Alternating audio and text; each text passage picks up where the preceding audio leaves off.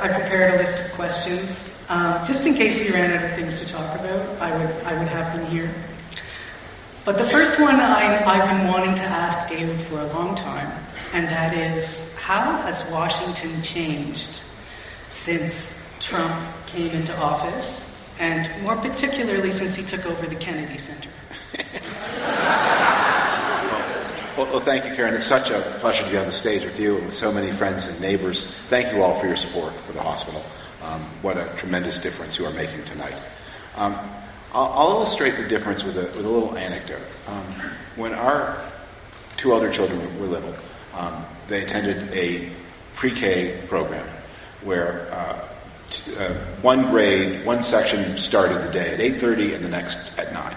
And so you would drop off the children, you would drop off the elder child at 8:30, and there was half an hour to wait until the second one went into the class at 9. So I would idle in the playground.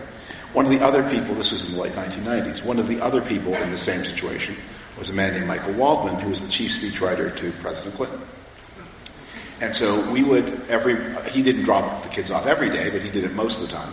And so we would spend half an hour together in the playground talking about our children. But I would ask him what's going on, and he would tell me. And a lot of the life of the city, a lot of that sense of, people think insiderness is handled like in Frank Underwood's sinister drawing rooms and all the things you've seen on TV. A lot of it happens like that. It's two dads who have half an hour to fill between one drop-off and another, saying, so what's going on and what do you say? And he would ask me questions. We didn't agree on many things, but we agreed on some. But we were neighbors. That kind of informal communication is the life of any capital city, and especially Washington, because it's small. It's not London, it's not Paris, it's not New York. It is a lot more in many ways like Picton than it is like Toronto. And that kind of connection, that's gone. That is completely gone. These are now two angry tribes, each of which believes the worst things about the other. And it is inconceivable to me that if I were in that situation with one of the Trump speechwriters, that they or I would want to talk to the other. And is there that ease of driving to school and dropping your kids off? Well, Washington is, compared to New York, an easier place to live. People do drive. You can park. They go to the store. They park in parking lots. So it is more like a normal American city than New York is. So it's an easier place to live. But it's geographically distributed. Look, during the first Trump presidency, the place where the Trump people hung out, their clubhouse, was the foyer, or the bar in the Trump Hotel, and which was a place where they went and other people did not. And then Trump left office the first time after some violence, and the hotel was sold, it changed ownership, and then suddenly it became a place where other people went, and the Trump people stopped going. So there are these kinds of zones of connection, and for better or for worse, things like the White House Correspondents' Dinner, which was an event where the press and those events are sort of breaking down. They don't happen anymore. And that's kind of a loss, but it's also kind of in the nature of things, because you've got some quite existential divides. President Trump, just the other day, accused President Obama of treason. Now, this is a double whammy, because treason, of course, is potentially punishable by death. It's also true that in order to protect Trump, his friendly Supreme Court has said presidents can't be punished for anything. So that would include treason, I presume. But it gives you an idea. Look, if one president is asking that one of his predecessors be killed, it makes it a little difficult to break bread together.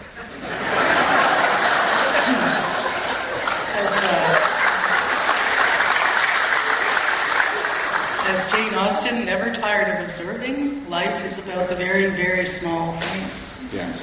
Well, life is, and here's how it's different. Just as an example, because it's not always like this. So you mentioned I worked for President W. Bush. So the W. Bush presidency, the last few months were attended by this tremendous financial catastrophe. the stock market crash. And that begins in the spring of 2008, and sort of the first wave of the heart attack is in April or May, I forget exactly, and the second heart attack hits hard in October, and the economy then is in free fall from October of 2008 to January of 2009, the inauguration of the new president. Now, everybody remembered that a similar catastrophe of timing had happened in 1932-33 with a handover from President Herbert Hoover to Franklin Delano Roosevelt. Those two men hated each other. There was no communication. And that was, of course, in those days, the president took office in March, not in January.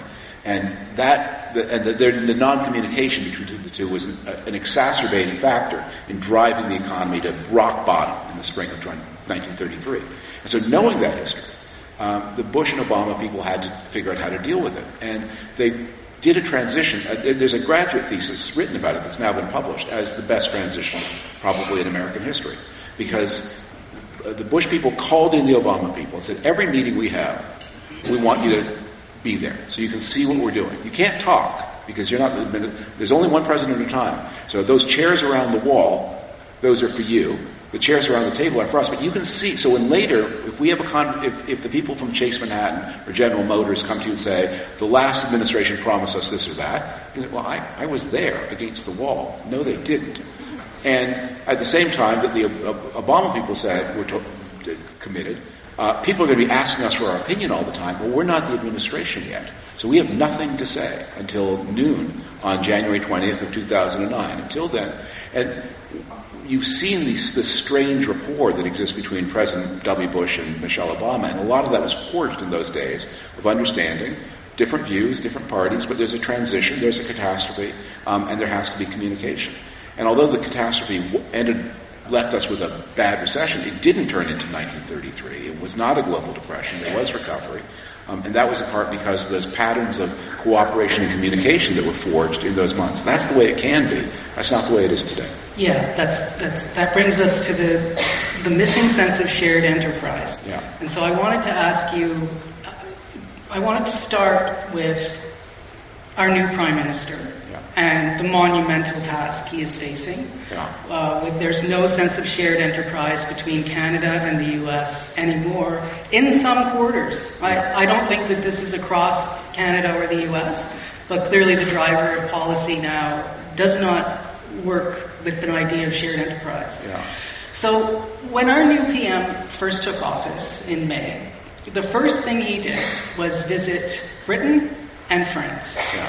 And it was a pretty assertive and symbolic gesture about Canada's history, sovereignty, place in the world, role, its meaning as a nation. And it was also a kind of opening gamble in his fulfilling of his campaign promise, which was to take Canada away from the United States for both trade and security. So I want to ask you about that, but before we get there, at the time, when Carney went to Britain and France first, you said he should have gone to Mexico. Yes. And I want you to tell us why. Okay. Well, there's a lot of matter in that question. So let's. Yeah. I may not deal with it in exactly the order that you would wish, but I'll take off points, but okay. You're a tough grader. So, first, what is happening in Canada and the United States is very unusual. This is a government-to-government dispute that in no way arises, in any way, from a people-to-people dispute. I don't think you will find any ill will in the United States toward Canada. I don't think there's a lot of ill will in Canada toward Americans as such. I hope if Americans are visiting the county as tourists that they're given a warm welcome. I am confident that that's the case.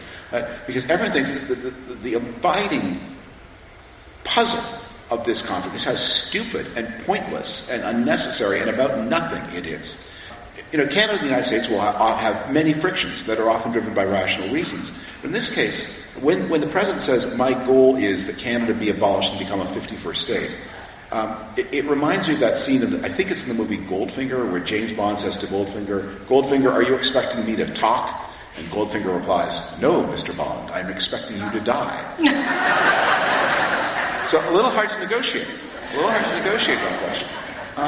So that's where we are.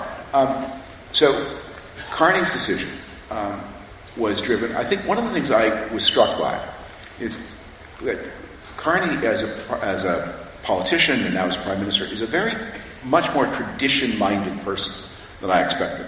His elaboration of the role of the monarchy, inviting King Charles himself to open Parliament. I forget when the last time that happened, but it was a while ago. Britain and France, saying that those are the places we come from. That's, again, a very traditional view of Canadian history. And I think that reflects his traditionalism. I also think it's tremendously unrealistic as both economics and strategy. And Canada, geography is overwhelmingly powerful. And Canada is a North American nation. The relationship with the United States has to be managed. It will be managed in new ways. And Canada, it's easy to go talk to Britain and France, but one reason it's easy is because there's actually not a lot they can do for you, not a lot Canada can do for them, whereas although the relationship with Mexico is very difficult, and it's going in many of the same directions.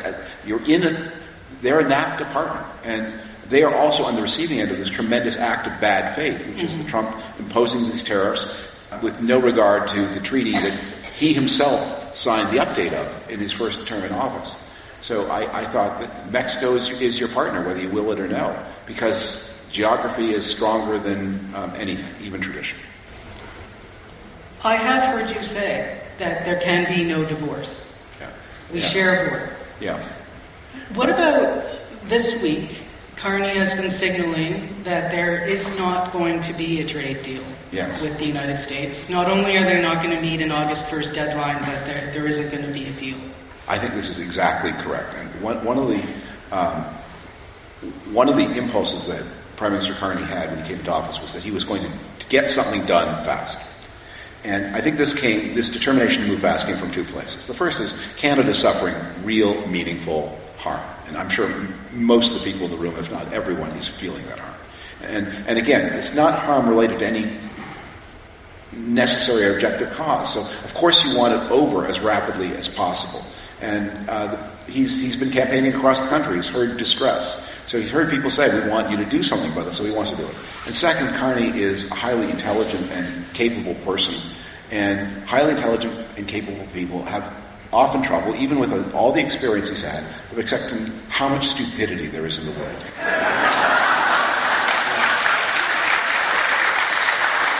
But it's a fault, it's a problem, because there is that much stupidity and you have to work around it. And so he's just thinking, if I apply enough willpower and brain power to this problem, I can resolve the problem. And my advice on this question has been, just as my advice was go to Mexico City first, was on this business, Canada needs, unfortunately and painfully, to go slow. Because although Canada is suffering more than the United States, and although America's capacity to inflict pain is much greater than Canada's is, it's also that Trump has no permission for this from the American people. So the American ability to bear pain is much less. Whereas the Canadians have given their government permission to say, look, we know you didn't start this. We are suffering. We know it's not your fault. We know it's not really under your control. And because national independence is what's at stake, for Trump it's the right to be a jerk, but for Canada it's national independence, we'll bear things. And so because he has more permission, even though the pain is greater, he has more time. And my suggestion was use the time. That every new president, the analogy I use is the president starts with a bucket of minutes. And every day he's spending minutes from his bucket. And he has to think very carefully, or she something, how the president will spend those minutes. And Trump is spending the minutes foolishly. And the stock is diminished. He's still got quite a few before he faces the midterms in November of 26, but there are fewer minutes now than there were in January. He spent a lot of them, and he hasn't got a lot to show for it. So make him spend down his minutes, understanding that as he gets closer to the bottom of the bucket, his position gets weaker.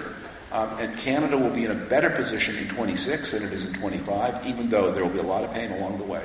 And that's the time to start talking, because you will begin to see, there's a new poll today, Trump's numbers are now in the 30s again. These tariffs are unwanted. They don't respond to anything real. He had no men. He campaigned on them. No one believed he would do them, and he's doing them. He didn't lie about that. But he doesn't have permission, and he's acting without it, and it will be costly. Okay. I hope you're right, and I hope that Time is on our side. But can we entertain for a moment that maybe it's not? Of course. Yeah. Yes. So let's think about what Carney calls, this is not a great situation, it's Plan B. Yeah. We're all pursuing Plan B, and he doesn't mean just Canada. He means the UK, France, NATO, Trans-Pacific partners. Everyone is having to deal. This is a global problem. Yeah. So what if, while he's biding his time, Carney, for example, Carney called Trump a transformational president, and he was criticized for that. But I think part of it was saying this is a transformational moment for Canada. Trump's aggressive stance toward Greenland, which is exactly double the population of Prince Edward County, by the way. 57,000 people live in Greenland. So it really brought it home for me. When Trump started making aggressive stances toward Greenland, at the same time as he started calling Canada the 51st state, it galvanized Canada to a sense of its role in the world over the next, let's say, decade or 20 years. Yes. Okay, so when Carney called Trump a transformational president, it reminded me of that scene in the movie Austin Powers, where Austin Powers would greet people he didn't like by saying, "There," giving them a big smile, pointing and saying, "There you are." And that's not really a compliment. It may, like if you say it with a big enough smile, it may be experienced as a compliment. I think that's Austin Powers' hope. There you are, yes, and there you are, and you're still there. Transformations can be for ill as well as for good, and that's what's going on here. So we have built this world since 1945 that profoundly rests on American leadership to make security systems work, to make trade systems work. And since 1989 and the collapse of the Soviet Union in 1991, the system has become even bigger. And for most people in most places, it's a highly beneficial system, but it all rests on American guarantees, an American willingness to accept certain responsibilities. If they're out, then the system doesn't work anymore, and you have you get situations like India committing a murder on Canadian soil. There's not really a lot that Canada can do about that. It used to be that the thing that Canada would have done would have been quietly to go to the Americans and ask them to adjudicate this in some way, and to, if they agreed that Canada was in the right, to bring pressure to bear on India in some way, because Canada can't do it. If the Americans are out of the picture, those things don't happen anymore. And India, they may not commit another murder on Canadian soil, but they will think, well, that sort of worked. Where else can we commit murders? And by the way, the Indians have some real grievances. Canada did turn a blind eye to Sikh fundraising. Fundraising for Sikh terrorism on Canadian soil. So they had a grievance, but assassination is not the way to use our words. Rather, assassinations. So all that is gone. I mean, the Greenland piece, as crazy as it sounds, is really important. Because Greenland is a territory of Denmark. Denmark is not only a European Union member, it's a NATO member. So what Trump is proposing is an act of aggression against a fellow NATO member. And the NATO treaty means that NATO members have to defend each other against aggression, but it never anticipated the aggression would come from inside the house. And if it does, what are the other NATO members supposed to do? Obviously, there's not much they can do. So NATO's over. NATO just collapses. And in the Canadian-U.S. case, Canada and the United States have been partners in the defense of the airspace of North America since the Second World War. In the 1950s, a line of warning stations was built in the upper Arctic that was, the costs were shared with Canada and the United States to warn of Soviet human-piloted bombers heading toward America over Canada. Then in the 80s, there were missile systems placed. Trump is talking about an Iron Dome where Canada would again make its airspace available. And you think, well, not a divorce, but it's also not the marriage it used to be. So there's going to be a little bit more, a few more separate bank accounts. A little frost in the air. How about an affair? Well, that gets a little difficult because that's an interesting question. So I think it is conceivable. This is one of the reasons for this Mexican city. The Mexicans could invite a Chinese ship to dock in a Mexican port. I just don't think it's conceivable for Canada to do that. The Canadian public wouldn't like it. They shouldn't like it. Again, Canada, it's not going to stop being democratic country bound to other democracies, the predominant language of which is English, which is bound by certain legal systems. None of that is going to change. And so there is no relationship with China, which is also doing nefarious things on Canadian soil? Did we ever get an answer to what exactly was going on in that laboratory in Winnipeg where the Chinese scientists disappeared very abruptly a few weeks before the COVID virus erupted upon us? So there's a lot about China. They're a very uncomfortable partner. They're not a partner. I mean, we wish for a peaceful co-development with them, but that's not an option. And Europe is too far away and has its own problems. Okay, I'll ask one last question on this. And there's no NATO without the United States. What if the other powers do what they're doing now? And I might be wrong, I'm not an expert, but this deal, maybe you could explain it. They seem to be trying to do an end run around the United States, keep the United States in NATO, up their spending. Yeah. Carney's made, and the other countries have made huge spending commitments. Yeah. They are now buying weapons for Ukraine. Yeah. The U.S. had to say yes to that deal to allow it to go forward. But is it possible for Canada, the UK, and the EU to act together around the U.S.? I don't know, and we're going to find out. Uncharted territory. But on the Ukraine question, I think everybody has to try. I mean, it is worth remembering that the European Union together has an economy larger than that of the United States. Yeah. It's got a collective action problem. There's so many governments, it's very hard for them to coordinate. But obviously, they're a much bigger economy than Russia, and it should be possible for them to finance Ukraine's war of self-defense. And Canada, of course, should play a part in that. The American role on this has been, in the past days, has been very strange because Trump has said a lot of contradictory things. He's created this bizarre deadline of what is going to happen in 50 days that hadn't already happened. More of the same. But yes, new ways of doing things will have to be found, but they won't be as good as the old ways. And that's the shame and tragedy of all of this. It's also unnecessary. But and the Biden promise was, the world will get past Trump, and I have this line I keep using that Biden in his inaugural speech in 2021 should have said, "We vow to the world needs to hear, we vow to you, never, never, never again will the United States ever mix tequila and Quaaludes." But that's just the problem. But then came November 2024, and the Americans saw the tequila bottle, saw the Quaaludes, and got out the little mortar and pestle to grind up the Quaaludes and pull them in and say, will this cocktail taste better the second time? And everyone has to say, you know what, I guess tequila and Quaaludes are your new usual. And at any rate, we have to be prepared for you to be doing that. And we can't dismiss Trump as an aberration. He comes from somewhere. And whatever happens in this administration, there may be more to come. And everyone has to work on a new world where America is not what we looked for it to be. Yeah, I agree. But to go back to your earlier point, that maybe we just have to wait for the pain to end. Is the Wall Street Journal trying to bring down Trump?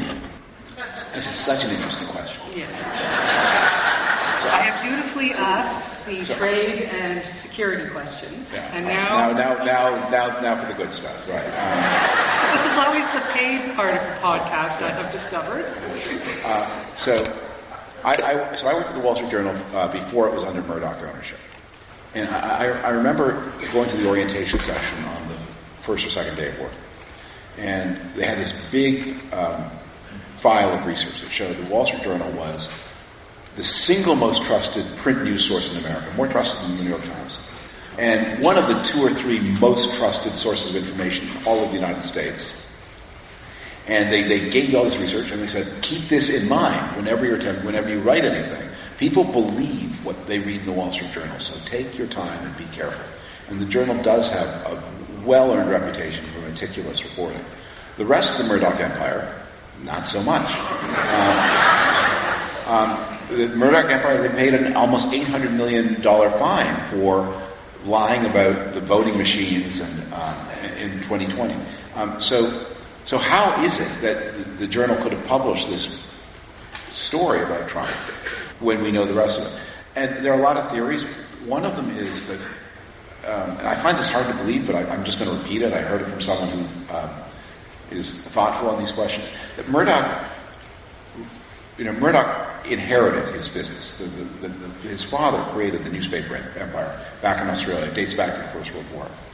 And there's something in Murdoch where before he's anything, he's a newspaper man. And so he gives the Wall Street Journal, which is the most prestigious newspaper he owns, a scope in a way that he doesn't allow any of his other properties, not even the Times of London, certainly not the New York Post, never mind the TV assets. They just have scope, and he defends them. That's one theory. It seems a little sentimental, but it may well be true.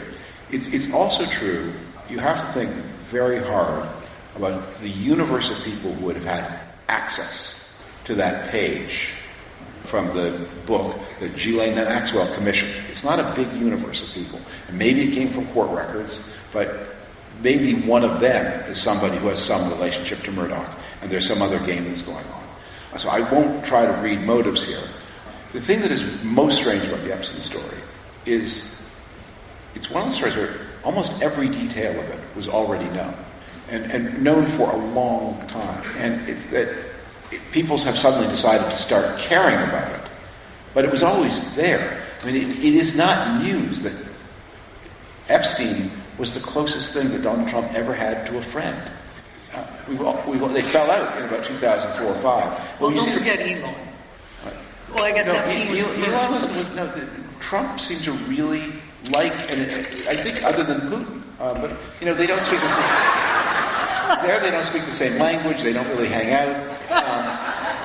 Trump and Epstein, they hang out together. They do the little dance together. That picture you see, they're scoping out children together,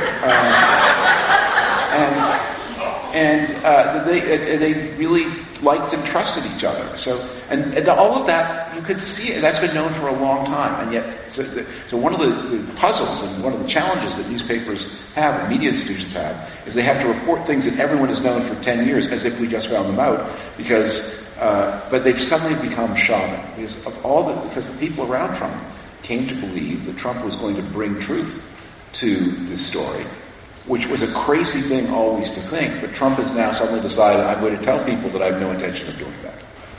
Do you think, I'm working on the news that I read yesterday, which was the Wall Street Journal report that Trump was in the Epstein files. Yeah.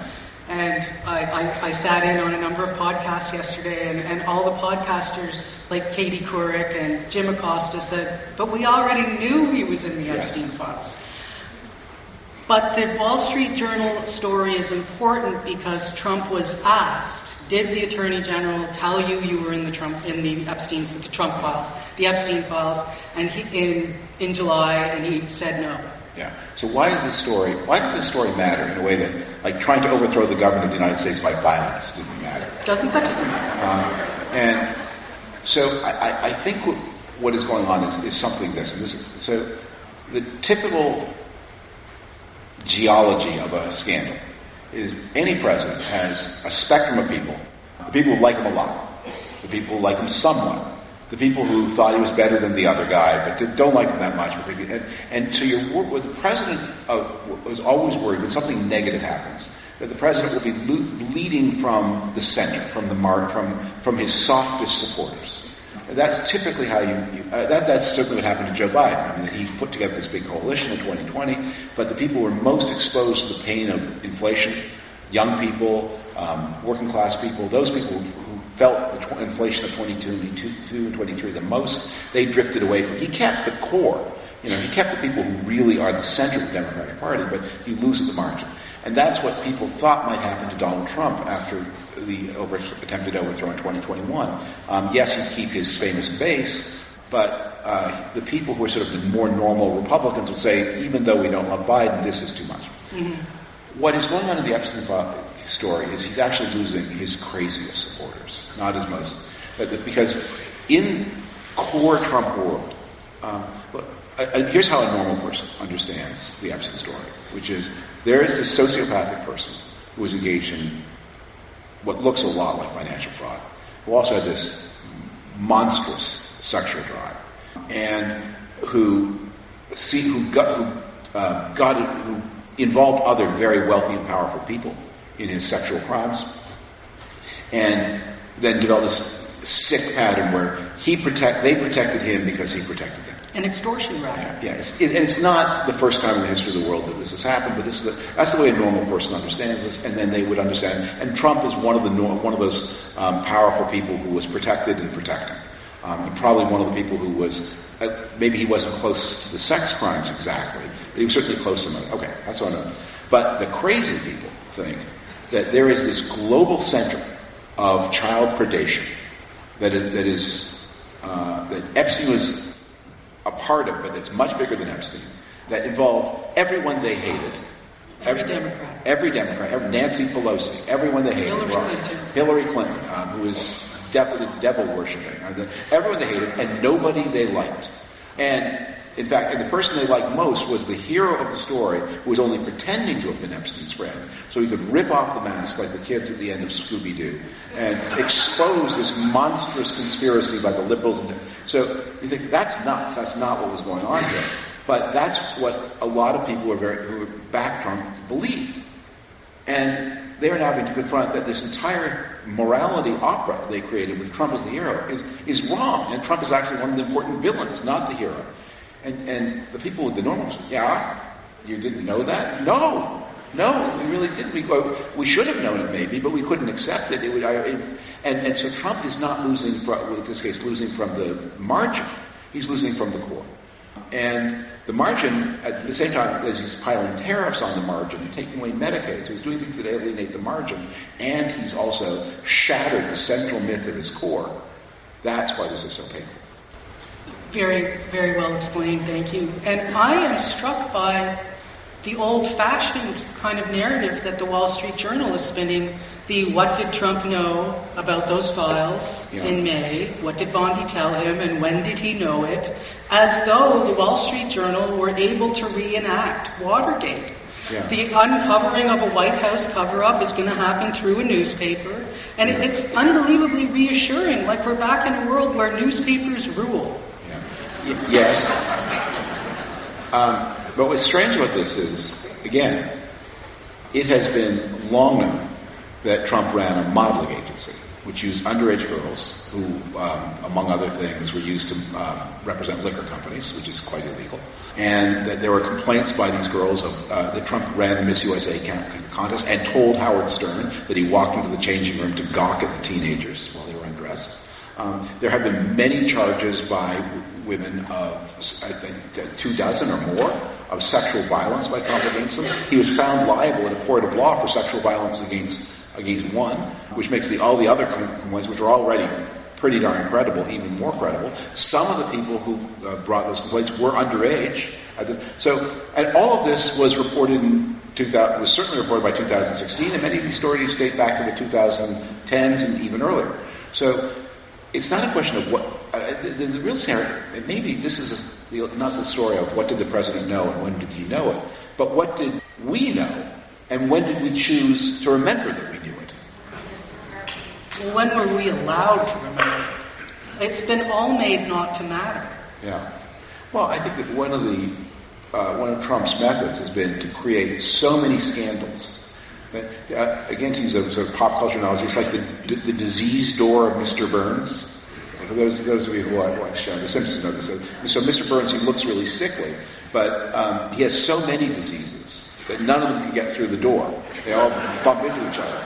And Trump is sort of the Mr. Burns of scandal, of all these scandals.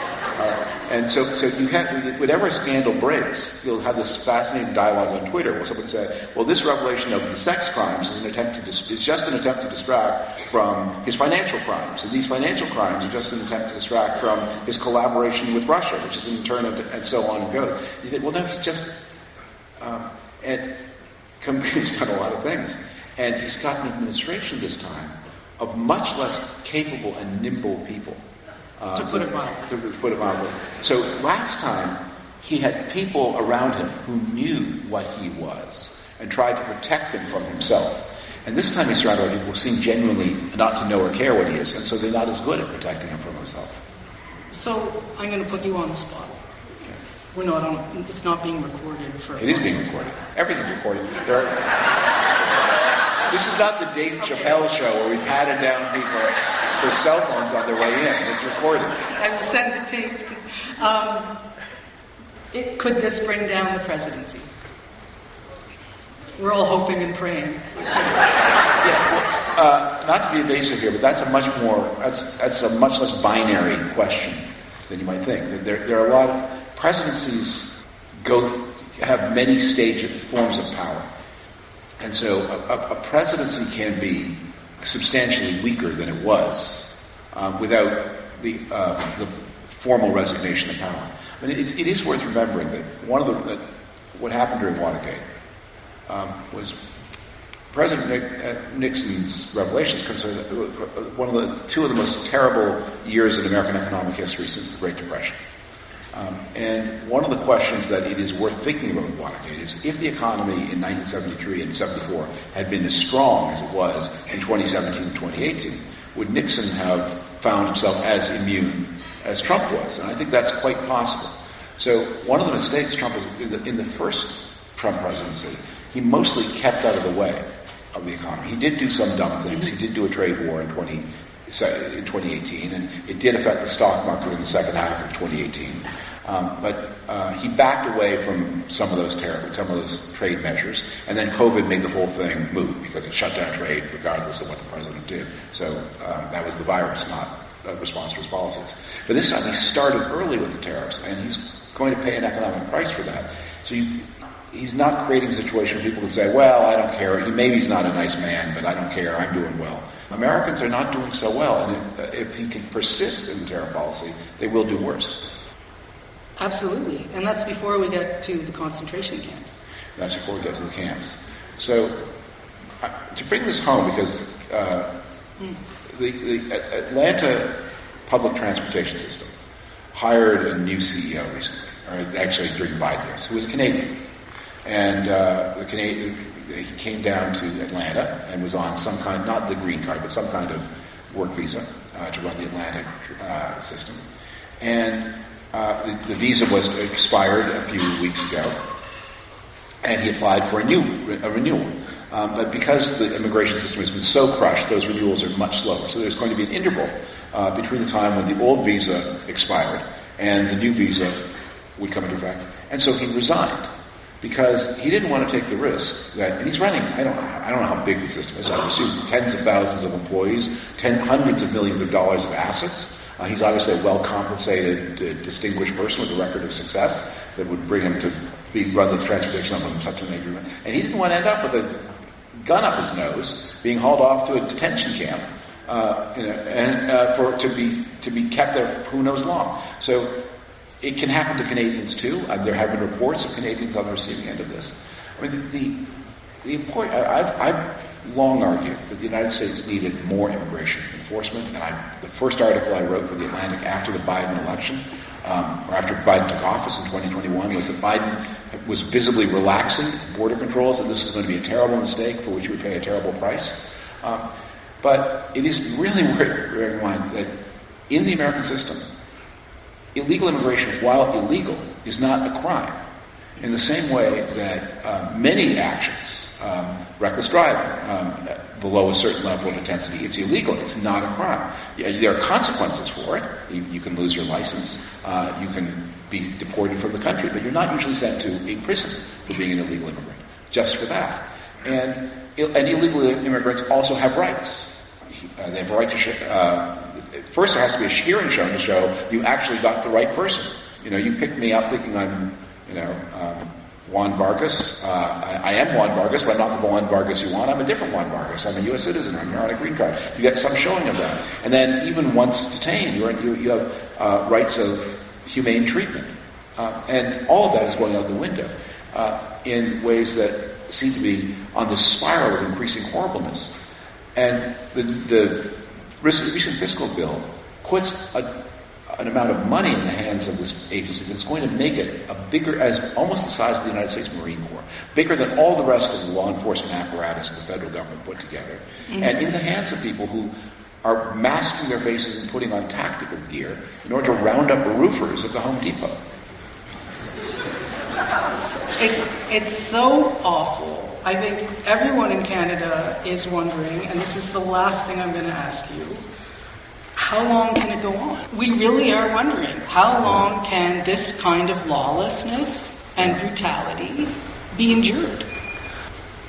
There have been long, dark moments in American history before. And something I think about from time to time is, some of you may know the Civil War anthem, Marching Through Georgia. It's very powerful. It's a music hall song written in the 1860s. And you can listen to it. I won't try to sing it. But one of the lines, people of human rights. One of the lines of the song was, "Hurrah, hurrah, we bring the Jubilee. Hurrah, hurrah, the flag that makes you free." And as Sherman's army was marching through Georgia in 1864, that flag did indeed make you free. But it is worth remembering that just 10 years before that, if you were in the hold of a slave ship on the high seas and you saw an American flag, that was the flag that meant you were in trouble, that they were not going to stop the slave ship.